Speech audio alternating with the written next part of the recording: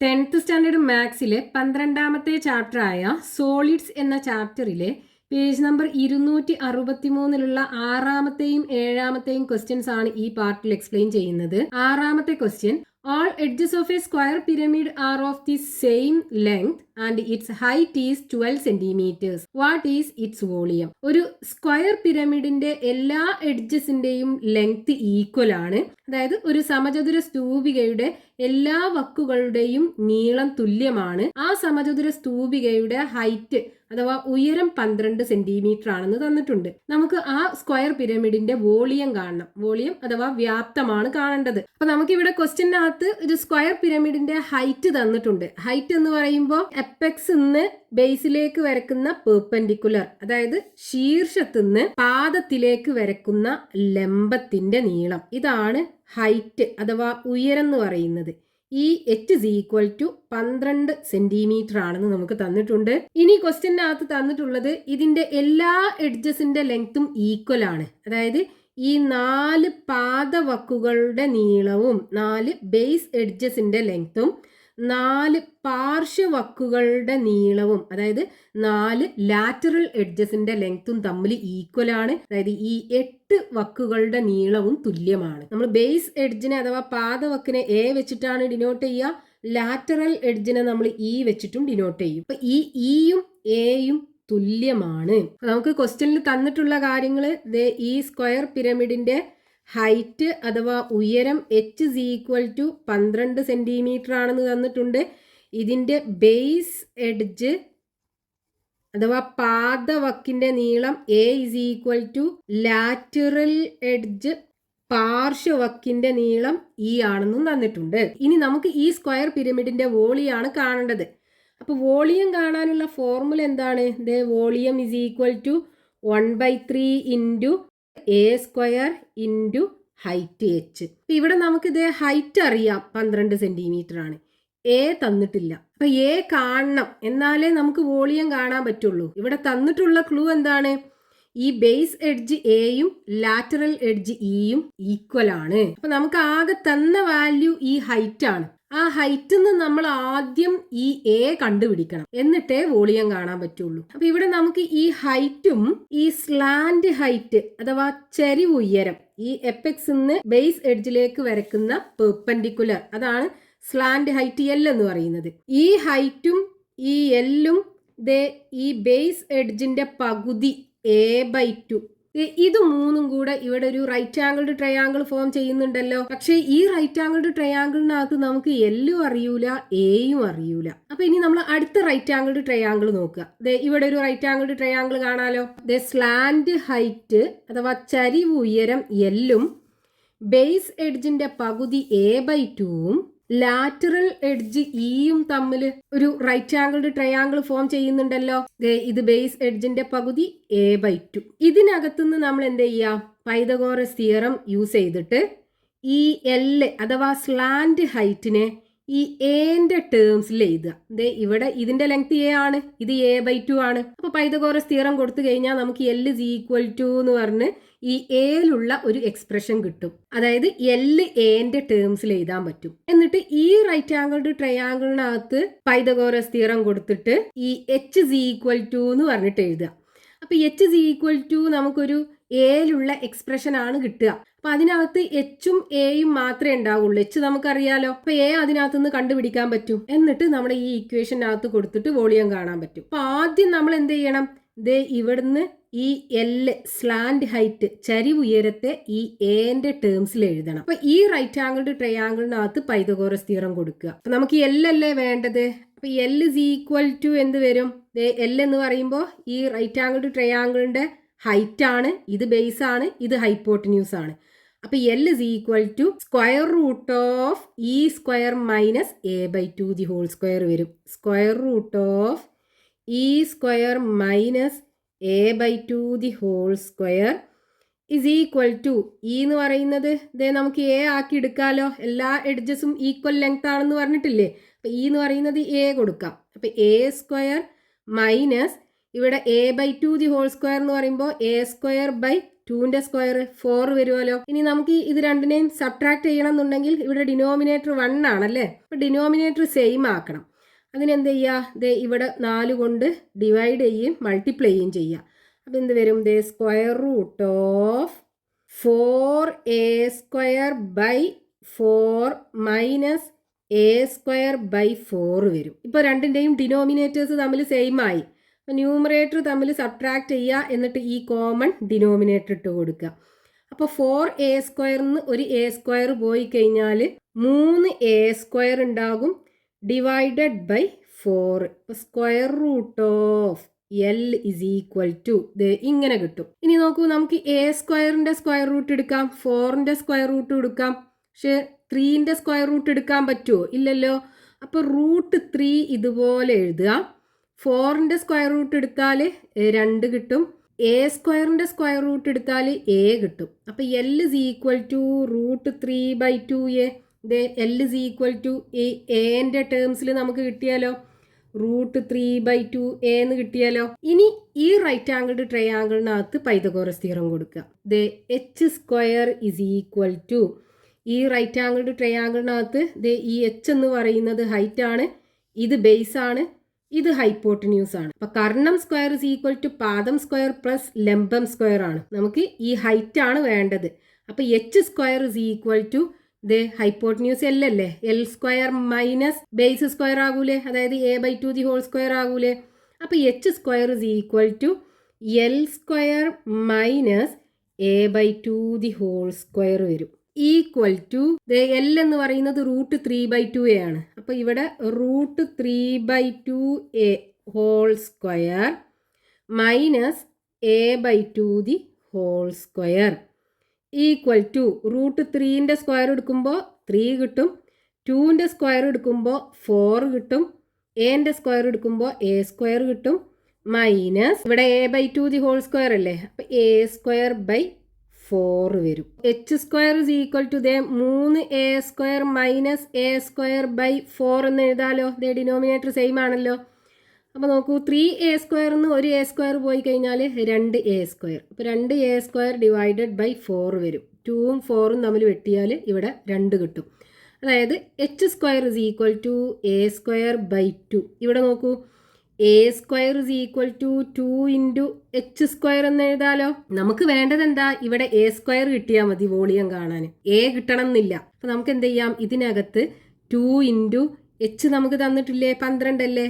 അപ്പം 12ന്റെ square 12 into 12 a² is equal to 12 into 12 144 വരും. അപ്പം 2 ഇൻറ്റു 144 ഇസ് ഈക്വൽ ടു 288. അപ്പം a² നമുക്ക് കിട്ടി.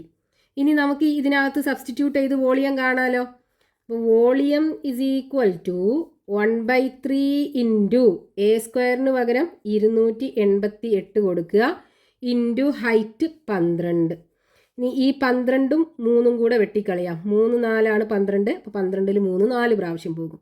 ഇനി 288 ഇൻറ്റു 4, 288 ഗുണിക്കണം 4, 4 8 32 2 ബാക്കി 3, 4 8 32, 32ക്ക് 3 കൂട്ടിയാലും 35 5 ബാക്കി 3, 2 4 8, 8 3 11. അപ്പോൾ ഇവിടെ 1152 കിട്ടും നമുക്ക് ഈ സ്ക്വയർ പിരമിഡിൻ്റെ വോളിയം. അപ്പോൾ volume of square pyramid is equal to 1152 സെൻറ്റിമീറ്ററിലല്ലേ നമുക്ക് തന്നിട്ടുള്ളത്. അപ്പോൾ സെൻറ്റിമീറ്റർ ക്യൂബ്.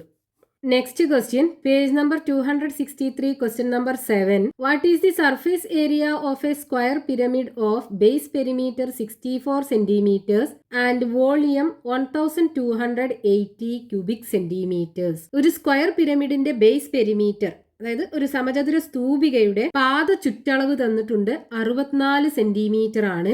അതിന്റെ വോളിയം അഥവാ വ്യാപ്തം 1280 സെന്റിമീറ്റർ ക്യൂബ് ആണെന്നും തന്നിട്ടുണ്ട്. നമുക്ക് എന്ത് ചെയ്യണം, ആ സ്ക്വയർ പിരമിഡിന്റെ സർഫേസ് ഏരിയ, അതായത് ഉപരിതല പരപ്പളവ് കാണണം. അപ്പൊ നമുക്ക് ഇവിടെ ക്വസ്റ്റ്യനകത്ത് ബേസ് പെരിമീറ്റർ അഥവാ പാദ ചുറ്റളവും തന്നിട്ടുണ്ട്, ആ സ്ക്വയർ പിരമിഡിന്റെ വോളിയം അല്ലെങ്കിൽ വ്യാപ്തവും തന്നിട്ടുണ്ട്. അതായത് ബേസ് പെരിമീറ്റർ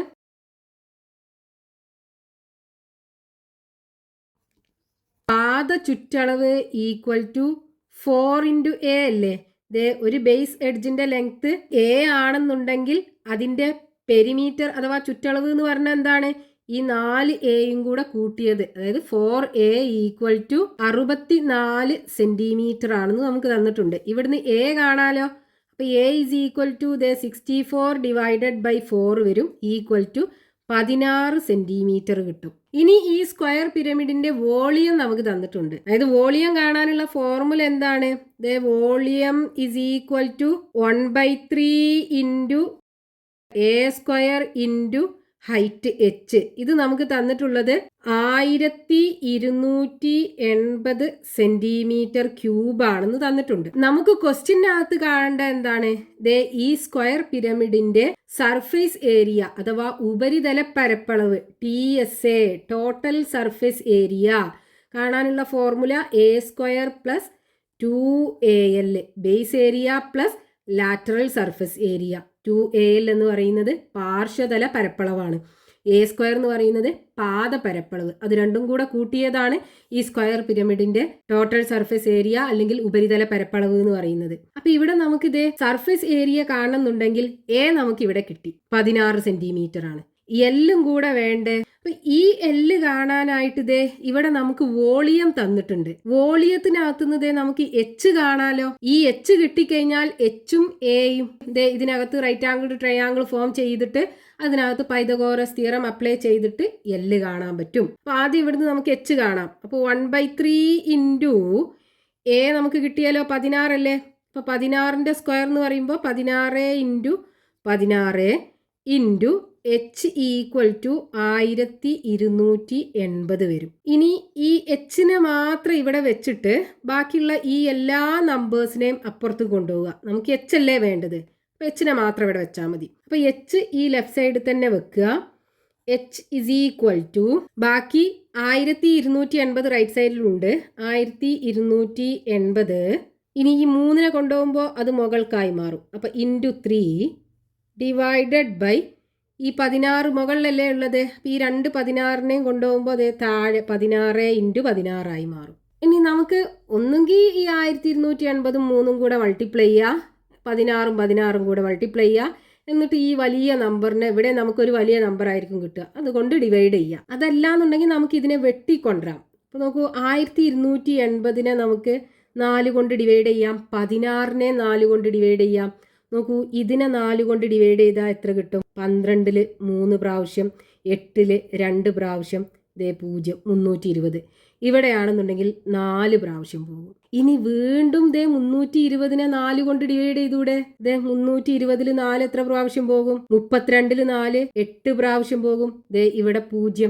320ൽ 80 പ്രാവശ്യം പോകും. ഇനിയിപ്പോൾ നമുക്ക് ഇവിടെ എന്ത് കിട്ടി? 80 ഇൻറ്റു 3/16 ആയി. ഇനി നോക്കൂ, 80ഉം 16ഉം തമ്മിൽ വെട്ടിക്കളയാലോ. 5 ഇൻറ്റു 16 അല്ലേ 80. അപ്പോൾ ഈ 80ൽ 16 5 പ്രാവശ്യം പോകും. 16 ഇൻറ്റു 5 ആണ് 80. അപ്പൊ ഇനി ബാക്കി ഇവിടെ എന്തുണ്ടാകും? 5 ഇൻറ്റു 3 ഈക്വൽ ടു 15. അപ്പൊ ഹൈറ്റ് നമുക്ക് കിട്ടി 15 സെന്റിമീറ്റർ. ഇനി നമുക്ക് വേണ്ടത് ഈ സ്ലാൻഡ് ഹൈറ്റ് എല്ലാണ് വേണ്ടത്. അതായത് ഈ സ്ക്വയർ പിരമിഡിനകത്ത് എൽ എന്ന് പറയുന്നത് ഈ എപ്പെക്സ് അഥവാ ശീർഷത്തുനിന്ന് ഈ ബേസ് എഡ്ജിലേക്ക് വരക്കുന്ന പെർപെൻഡിക്കുലർ. ഇവിടെ നമുക്ക് എച്ച് അറിയാം. എച്ച് എന്ന് പറയുമ്പോൾ എപ്പെക്സ് നിന്ന് ബേസിലേക്ക് വരക്കുന്ന പെർപെൻഡിക്കുലർ. ഈ a/2 അറിയാം. അതായത് ഈ എച്ച് നമുക്ക് ഇവിടെ കിട്ടിപ്പോ 15 എന്ന് കിട്ടി, 15 സെന്റിമീറ്റർ. a/2 എന്ന് പറയുന്നത് a16 ആണ്. അപ്പൊ a/2 എന്ന് പറയുമ്പോൾ a/2 is equal to 8 centimetre. ഇവിടുന്ന് നമുക്ക് ഈ സ്ലാൻഡ് ഹൈറ്റ് എൽ കാണാലോ.